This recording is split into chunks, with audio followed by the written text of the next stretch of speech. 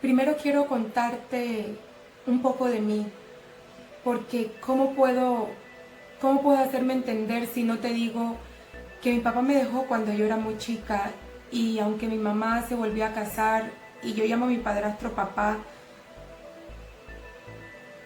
siempre sentí en el fondo la ausencia de mi padre. A veces pensaba que no era bueno sentirme así porque yo tengo a mi padrastro y él me lo ha dado todo, pero yo no controlaba sentirme no amada por el que debería amarme.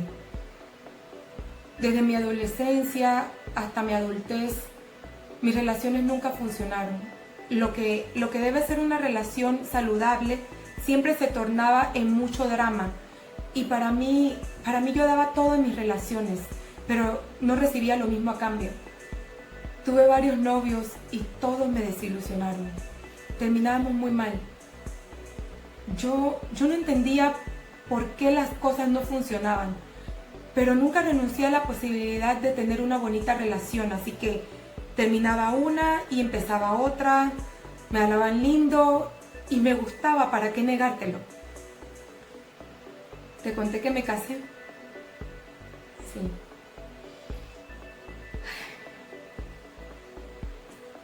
Lo conocí trabajando juntos. Varias de mis relaciones las he conocido en los lugares donde trabajo. Es que estaba muy ocupada como para salir a socializar y conocer personas, así que así es como me resultaba más fácil, más cómodo. Antes de casarnos, conociéndonos, él me dijo que tenía hijos y que no se había portado muy bien con ellos, ni con sus antiguas parejas, pero que ahora era un hombre diferente y que estaba arrepentido de todas las malas acciones del pasado y que sus hijos eran lo mejor que les había pasado. Ahora valoraba más las cosas, era más maduro y sabio.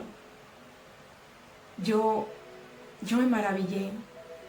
Yo me maravillé porque él me mostró toda su vulnerabilidad y me hizo derretirme esa parte frágil de él.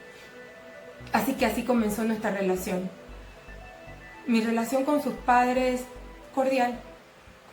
No éramos muy cercanos, pero nunca me trataron mal. 6 meses de novios, me pidió matrimonio. Me maravillé, porque al fin había conseguido, después de tantos intentos fallidos, casarme con un hombre bueno. El chico malo de las películas estaba reformado y era mío. Las personas de trabajo nunca supieron que nos comprometimos. Él no quiso que se enteraran. Para él era algo privado y nadie debía meterse en nuestra vida personal. Eso me hacía sentir poco importante, poco valorada. Y le decía, ¿qué importa? ¿Qué importa si los demás lo saben? Ya vamos a casarnos. Es algo formal, no es un novio secreto. Pero lo acepté, por supuesto. Muchas ocasiones quería subir fotos de nosotros juntos en las redes sociales, aunque sea de perfil, pero me decía que no. Para decirte que subí unas de nuestra boda y me gritó por primera vez en nuestra relación y me obligó a quitarlas. Pero ninguna foto, por favor. Que no la subiera él, pero si yo la quería subir, ¿por qué negármela? Me acostumbré a ser invisible, como si fuera la amante que no quisiera mostrar. Estaba todo el día en casa y él en la calle.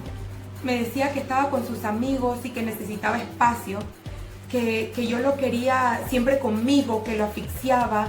Salíamos sin agarrarme la mano. Yo sé que hay personas que no le importan esas cosas, pero a mí sí. Yo lavaba, planchaba, limpiaba, cocinaba. Tenía que atenderle la intimidad y sonreír a todo con tal de evitar discusiones, no hacerlo enojar. Yo salí embarazada poco tiempo después y las cosas que me decía no se las deseo a nadie. Nunca estaba presente. Solo tenía a mi mamá cuidándome cuando me daban los malestares, pero ni luces de él. Lo llamaba y no contestaba, y cuando lo hacía, con una explicación. Y cuando venía a la casa, con una explicación diferente cada día. Siempre llegando tarde, con una excusa que ni él mismo creía. Todo. Recuerdo que todo lo criticaba, todo. La forma en cómo había cambiado mi cuerpo, lo molesta que era cuando lo llamaba, me culpaba por preocuparme por él. No me llamaba en todo el día. ¿Y qué iba a pensar yo? Que algo malo le pasó, claro. Pero él me decía que era posesiva, me repetía que yo no era su mamá, que ya él era un hombre adulto, que no necesitaba supervisión. Al año me enfermé y fue muy duro. Estuve en tratamiento debido a mi condición. ¿Y qué era lo que él hacía? Adivina. Salir y mostrarme lo divertido que le estaba pasando. En varias ocasiones nosotros nos agarramos a discutir hasta el punto de ir a los golpes. Y mi hijo viendo todo ese espectáculo. Ahora que te lo estoy contando, me da coraje. Me da coraje recordar las cosas tan malas que le hice pasar a mi hijo. Me dijo que él no estaba listo para casarse y que yo le estaba quitando libertad. Entonces, ¿para qué me pidió matrimonio, por Dios? Solo pasó un par de años de un infierno en mi matrimonio y nos divorciamos. Lo peor de todo es que me llegué a ver al espejo y no me encontraba, no me reconocía. Me veía fea, te lo juro que no me encontraba. El sentimiento de fracaso que tenía me bajó todo la autoestima. Me decía, me lo metí en la cabeza, quizás el problema era yo. ¿Por qué no sé cómo retener a un hombre? Quizás me falta más por dar y por eso se van. Qué equivocada estaba. Yo no paraba. ¿Para qué detenerse en el amor? Yo seguía conociendo uno y otro tipo y teniendo momentos especiales, pero nada importante. Me enamoraba rápido de quien me dijera alguna palabra bonita. Después de tantos años de maltrato, la verdad que lo que yo quería era sentirme deseada otra vez. Y caí con otra persona. Comenzamos a salir, lo llevé a mi casa, se quedaba a dormir, tenía su ropa en mi casa y mi hijo se encariñó mucho con él, pero yo no veía que yo estaba en la misma relación tóxica y con el mismo patrón. Te lo pongo fácil, me engañó con otra. Yo veía las parejas agarradas de las manos y me daba un poco de envidia porque yo quería eso para mí también. ¿Por qué de tantos buenos hombres que hay en la tierra yo no puedo encontrar al mío, pues? Qué jugada del destino tan mala. Me mandaron puros sapos. ¿Y cuándo me va a llegar mi príncipe? Qué dicho tan malo. Ya he besado a muchos sapos, pero bueno. Hasta que lo entendí. Analizándome, yo seguía el patrón de abandono que no había superado desde mi padre. Te lo digo así. En esta vida no es blanco y negro, hay matices y muchos.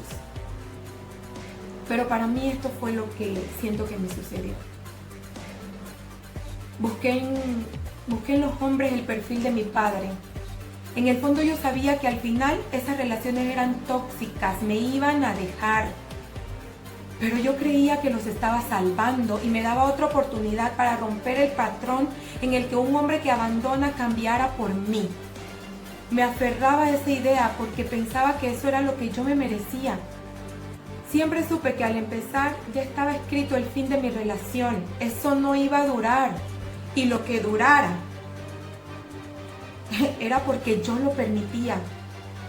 No me daba a valorar y permitía que limpiaran el piso conmigo, justificándome que los hombres traicionan por naturaleza. Eso es normal, decía yo. Me lo metí en la cabeza. Pero ¿qué de normal puede ser una traición? ¿Qué de normal puede ser que jueguen con tus sentimientos? Eso es como si lo estuvieran trabajando con toda su malicia para dañarte. ¿Cómo te puedes entregar en cuerpo y tus sentimientos a tu verdugo y decir que es normal? No nos damos cuenta que si nos respetamos nosotras mismas y elevamos ese amor propio, causa que los demás nos respeten igual. Que el hombre llega hasta donde la mujer quiere y que no tenía que mirar para otro lado y hacer pensar que no me afectaba para retenerlo, porque ya ves, al final terminó igual o peor. Aprendí a no involucrarme con personas del trabajo porque cuando uno termina es incómodo el ambiente laboral. Aprendí a romper las cadenas que me ataba mi padre y amarme, darme tiempo para mí, para mi hijo, familia y amigos. Y si llega el amor, que llegue, sin esfuerzo. Que la persona que esté a mi lado no se avergüence de agarrarme la mano, que no tenga que sentir culpa por publicar una simple foto, por Dios. Pues no.